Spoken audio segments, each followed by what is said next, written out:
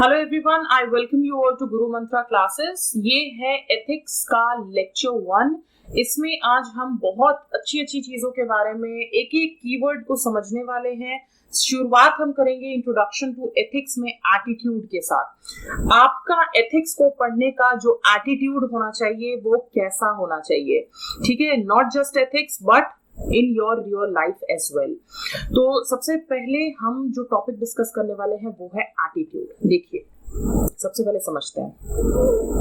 उससे पहले मैं आपको बता दूं कि जो नोट्स आपको मैंने बताया था कि आप ये परचेज कर सकते हो वो कुछ इस तरीके से है, आप ये देख सकते हो। मैं बिल्कुल एक एक वर्ड बाय वर्ड इन सारी चीजों को एक्सप्लेन करूंगी, ठीक है। आप देख सकते हो इस तरीके के नोट्स आपको मिलने वाले हैं, ठीक है। पूरा हैंड रिटन नोट्स है, आपको कहीं पे भी प्रॉब्लम नहीं होगी।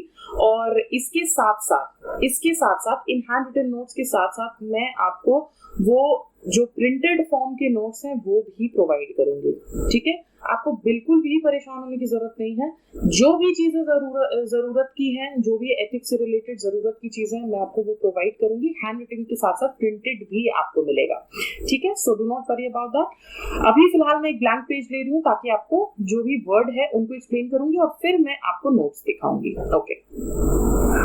एटीट्यूड को समझाने से पहले मैं आपको समझाऊंगी साइकोलॉजिकल ऑब्जेक्ट और मटेरियल ऑब्जेक्ट के बीच में डिफरेंस। पहले मैं इससे क्यों स्टार्ट कर रही हूँ ये आपको पता चल जाएगा। थोड़ा मैं आपको स्लोली समझाऊंगी, आप चाहो तो स्पीड बढ़ा सकते हो लेक्चर का अगर आपको ये सारी चीजें पता है, बट मैं बहुत स्लो जाऊंगी ताकि आपको word by word, meaning bye meaning clear होता चला जाए। देखिए, अगर ये बड़ा सर्कल एक साइकोलॉजिकल ऑब्जेक्ट है तो इसके अंदर का ये छोटा ऑब्जेक्ट जो है वो मटेरियल ऑब्जेक्ट है। साइकोलॉजिकल ऑब्जेक्ट वो चीज होती है जिसको हम परसीव करते हैं as a reference object. We perceive as a reference object, ठीक है।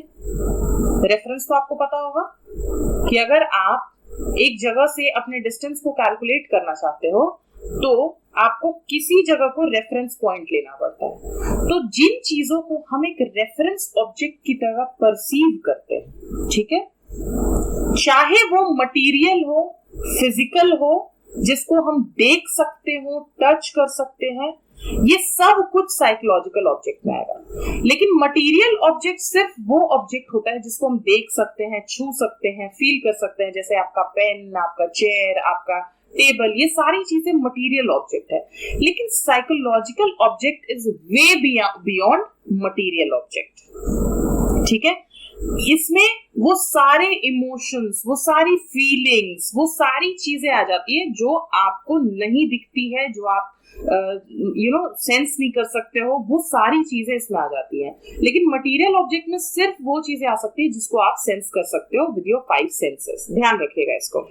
तो ज्यादा बड़ा डायमेंशन हुआ साइकोलॉजिकल ऑब्जेक्ट का। हमको बेसिकली जो देखना है वो देखना है कि एटीट्यूड क्या होता है। आपको अब इससे कोई मतलब नहीं है, अब आपको जो मतलब है एटीट्यूड से है। समझ में आ जाएगा क्यों बोल रही हूँ, क्यों समझाया मैंने इनके बीच का डिफरेंस। एटीट्यूड, देखिए, हम बोलते हैं ना कि उसमें बड़ा एटीट्यूड है या हमारा एटीट्यूड एग्जाम के प्रति बहुत पॉजिटिव होना चाहिए। तो एटीट्यूड होता क्या है इसको भी तो समझने की जरूरत है।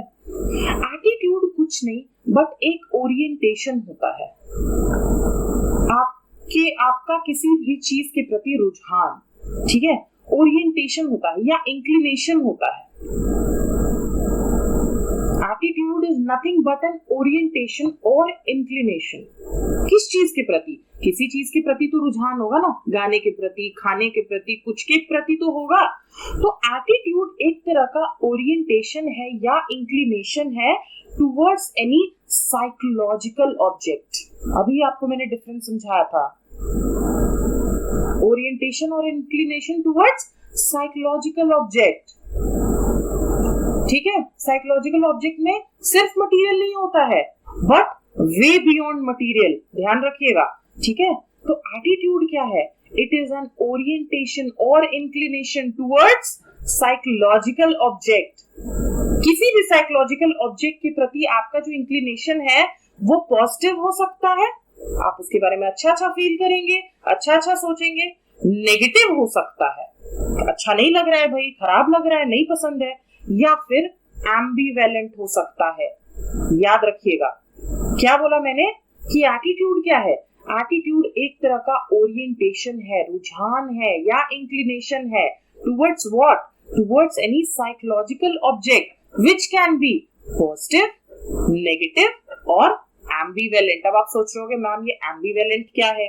देखिए एम्बिवेलेंट का मतलब क्या होता है कि या तो वो पॉजिटिव होगा या फिर न्यूट्रल हो सकता है या फिर मिक्स, ये दोनों का मिक्सचर।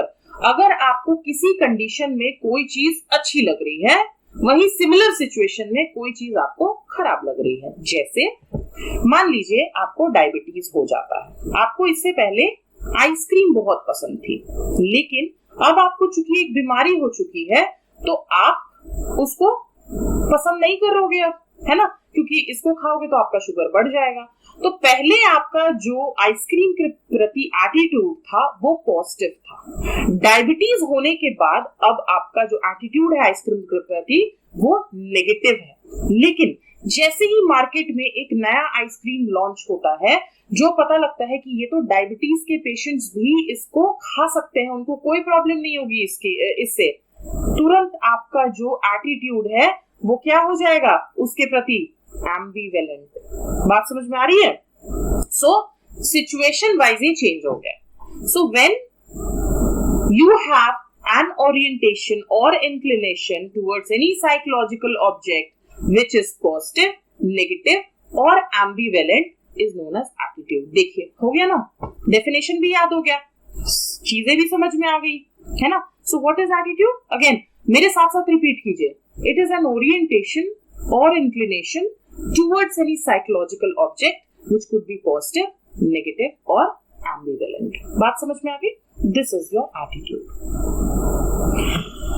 तो एटीट्यूड का मतलब सीधा सीधा क्या कि आप किस तरीके से किसी चीज के प्रति रिएक्ट कर रहे हो या ओरिएंटेड हो या इंक्लाइंड हो। ठीक, अब नेक्स्ट जो हम देखेंगे वो देखेंगे एप्टीट्यूड। क्या होता है एप्टीट्यूड? बोलते हैं ना इस लड़के का मैथ्स में एप्टीट्यूड बहुत सही है। ठीक है, एप्टीट्यूड होता क्या है? देखिए एप्टीट्यूड क्या होता है, सबसे पहली बात तो आपको याद रखने वाली ये है कि एप्टीट्यूड नॉट एटीट्यूड, एप्टीट्यूड किसी भी इंसान में इनेट होता है, उसके अंदर पहले से होता है। जैसे अगर आप मैथ्स में बहुत अच्छे हैं तो ये आप बिल्कुल जब से जन्मे हैं तब से आपके अंदर ये एप्टीट्यूड है। ये याद रखिएगा, what is aptitude? It is इनेट, आपके अंदर पहले से है। लेकिन अगर प्रॉपर ट्रेनिंग दी जाती है, इस वर्ड को भी याद रखिएगा, अगर प्रॉपर ट्रेनिंग दी जाती है तो आप उसमें एक्सेल कर सकते हैं। तो क्या बोला मैंने कि एक इंसान का जो एप्टीट्यूड होता है वो बिल्कुल स्टार्टिंग से उसके पास होता है। किसी को मैथ्स पसंद होता है, किसी को साइंस पसंद होता है, किसी को एस्ट्रोनॉमी पसंद होती है, किसी को डांस पसंद होता है। तो ये जो भी एप्टीट्यूड है वो एक इंसान के अंदर पहले से होता है, इनेट होता है। लेकिन हम जब उसको प्रॉपर ट्रेनिंग देते हैं उस चीज के लिए तो वो उस फील्ड में एक्सेल कर सकता है। याद रखिएगा, जैसे एक अच्छा चेस प्लेयर, उसके अंदर उस चेस को खेलने का आईक्यू पहले से प्रेजेंट है, लेकिन अगर उसको चेस खेलने का प्रॉपर ट्रेनिंग दिया जाए तो एक अच्छा चेस प्लेयर बन सकता है कंट्री के लिए।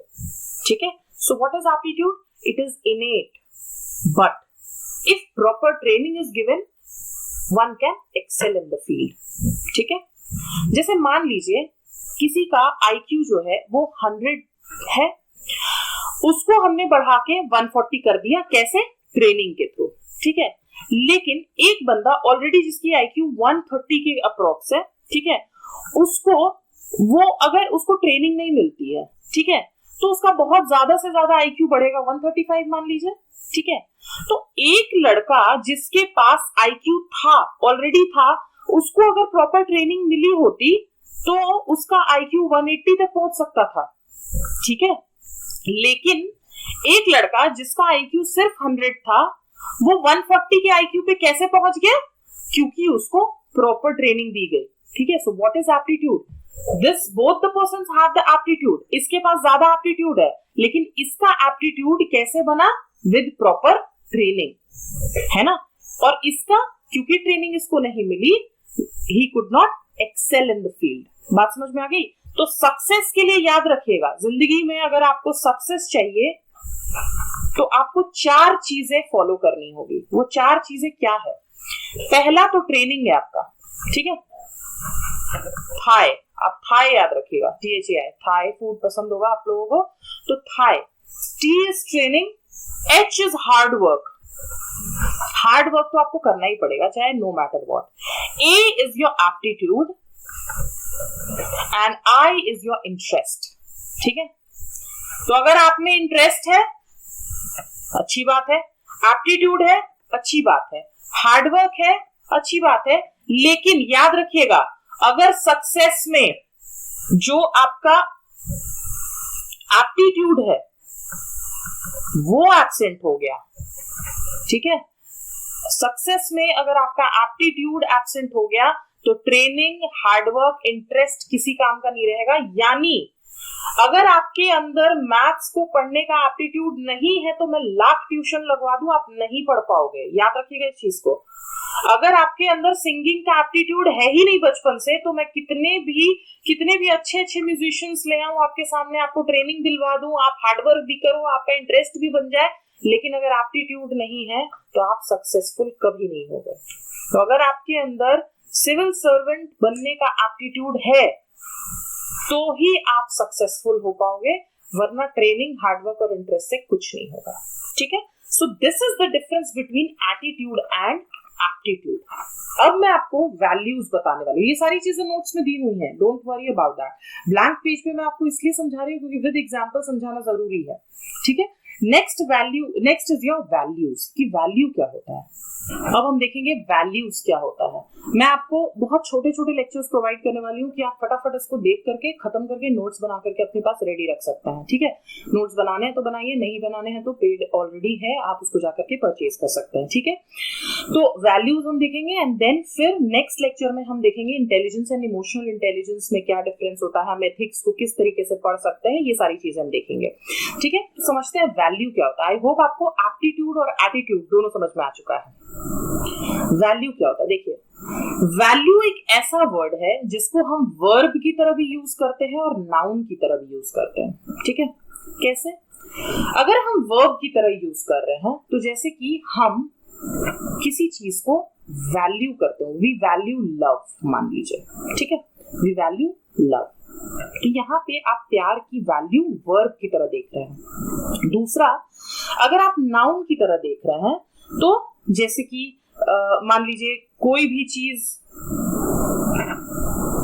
Gold has a value, gold has a value. ठीक है, तो ये एक ऐसा वर्ड है जिसको वर्ब और नाउन दोनों की तरह देखते हैं। Not important, just telling you.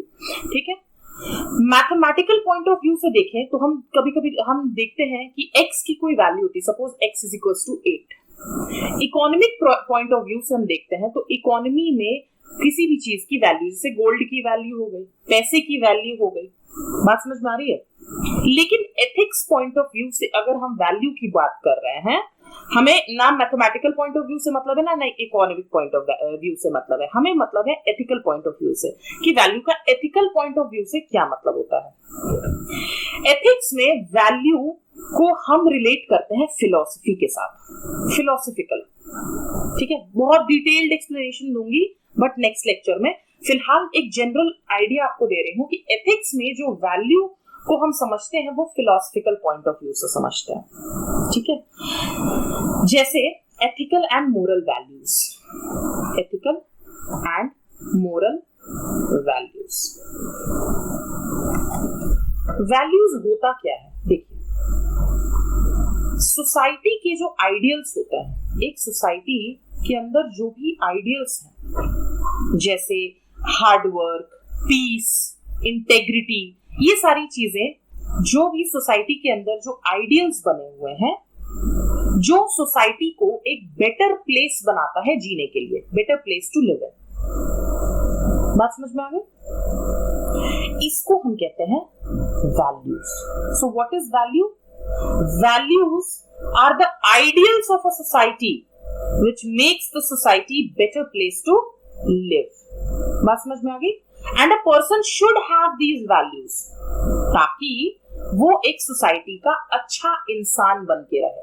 अगर एक पर्सन के अंदर सोसाइटी के दिए गए ऑनेस्टी के वैल्यूज हैं तो वो इंसान बहुत ऑनेस्ट कहलाएगा, ठीक है? And he will be respected in the society. It will be a better place to live in for that person. ठीक है? लेकिन अगर वही हम वर्च्यूज की बात करते हैं, व्हाट आर वर्च्यूज? अब आपको वैल्यू समझ में आ गया है, तो सपोज करिए ये एक इंसान है। इस इंसान के अंदर अगर वैल्यूज उसकी बिहेवियर में आ चुके हैं, जैसे ये आदमी बहुत ऑनेस्ट है, इस ऑनेस्टी के वैल्यूज इसके बिहेवियर में दिखते हैं। सपोज ये किसी ऑफिस में काम करता है, वहां पे किसी तरह का मान लीजिए कोई घपला हो रहा है, कोई स्कैम हो रहा है, और ये ऑनेस्टली जाके अपने बॉस को बता देता है, ठीक है? क्योंकि अब ये ऑनेस्टी का वैल्यू इसके बिहेवियर में आ चुका है।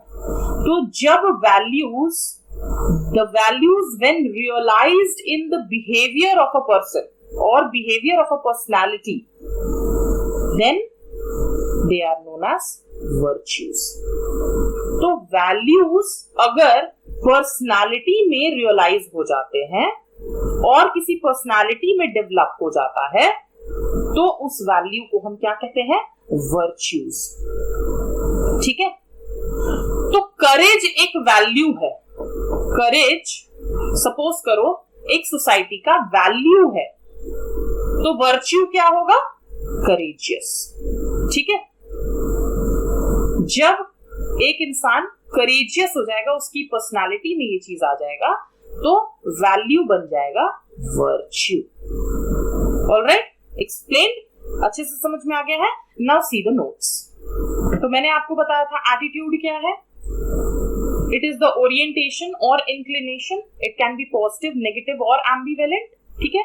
यहाँ पे डिफरेंस बताया हुआ है सब्जेक्ट और ऑब्जेक्ट के बीच में। देखिए, सब्जेक्ट क्या होता है? जो सोच रहा है, जो बंदा सोच रहा है वो सब्जेक्ट हो गया, लेकिन जिस चीज के बारे में सोच रहा है वो ऑब्जेक्ट हो गया, ठीक है? तो एटीट्यूड क्या है? एटीट्यूड इज द ओरिएंटेशन और inclination towards any psychological object which can be positive, negative और एम्बिवेलेंट, ठीक है? यहाँ पे मैंने साइकोलॉजिकल ऑब्जेक्ट भी बता दिया है कि जो हम परसीव करते हैं, what we perceive as a reference object, material, physical, कुछ भी हो सकता है जिसको हम देख सकते हैं, ना देख सकते हैं, that is your psychological. But material object क्या होता था? सिर्फ जिसको, जो कि मटीरियल के फॉर्म में है। Then what is aptitude? Aptitude क्या होता है? इट इज द एबिलिटी और इट इज इनेट, है ना? लेकिन बहुत सारी एबिलिटीज जो होती है वो इनेट होती है, पहले से आपके पास होती है, जन्म से आपके पास होती है। अगर ट्रेनिंग दी जाए तो आप उसमें एक्सेल कर सकते हैं, ठीक है? यहाँ पे डिफरेंस बताया हुआ है material object and psychological object का, अगेन, ठीक है? ये आप समझ लेंगे। सक्सेस के लिए क्या जरूरी है? 5: training, hard work, aptitude and interest, ठीक है? लेकिन अगर ये प्रेजेंट नहीं है, ये प्रेजेंट नहीं है, TIH होगा, ये R नहीं है, अगर ये प्रेजेंट नहीं है तो सक्सेस मिलना मुश्किल है। बात समझ में आ गई? फिर हम देखें कि वैल्यूज क्या होता है। इसको हम वर्ब की तरह भी यूज कर सकते हैं, नाउन की तरह भी यूज कर सकते हैं। जैसे वी वैल्यू समथिंग, नाउन में वैल्यू फॉर अस, रिस्पेक्टिंग, है ना? हम वैल्यू के टर्म्स को कहां कहां यूज करते हैं? इकोनॉमी में यूज करते हैं, जैसे लेबर की एक वैल्यू है। मैथ्स में यूज करते हैं, जैसे एक्स की एक वैल्यू है। लेकिन एथिक्स में हम इसको फिलॉसफी के साथ जोड़ देते हैं। नेक्स्ट लेक्चर में बताऊंगी किस तरीके से। एथिकल और मोरल वैल्यू में वैल्यू क्या होता है? These are the ideals of a society which make society better place to live in, and a person should have this, like value of courage, honesty, integrity, है ना? Value of sharing, value of peace, ये सब society में होना चाहिए। लेकिन जब ये आइडियल्स आपके बिहेवियर में आ जाते हैं and it makes a better place to live in, They are known as virtues. Virtues are the ideals realized in a personality. Value जब किसी पर्सनालिटी में रियलाइज और डेवलप हो जाता है उसको हम वर्च्यू कहते हैं. करेज एक वैल्यू है और करेजियस होना एक वर्च्यू है. ठीक है, नेक्स्ट लेक्चर में हम देखेंगे इमोशनल इंटेलिजेंस और इंटेलिजेंस के बीच में डिफरेंस. तब तक के लिए अगर आपको लेक्चर अच्छा लगा हो तो please hit the like button. कोई भी डाउट है तो प्लीज कमेंट सेक्शन में पूछ लीजिएगा. मैं और एग्जांपल्स के साथ नेक्स्ट लेक्चर में आपको समझाने की कोशिश करूंगी, है ना. कोई भी डाउट है please please ask without hesitation. और अगर चैनल को अभी तक सब्सक्राइब नहीं किया है तो please subscribe the channel and do not forget to press the bell icon. Keep preparing, keep making notes. Notes नहीं है, नहीं बनाने हैं, टाइम वेस्ट नहीं करना है, रिविजन में ज्यादा टाइम देना है तो प्लीज बाय माई नोट्स. आपको ये सारी चीजें मिल जाएंगी प्लस प्रिंटेड मटेरियल भी आपको मिलेगा. ठीक है, stay tuned, bye bye now.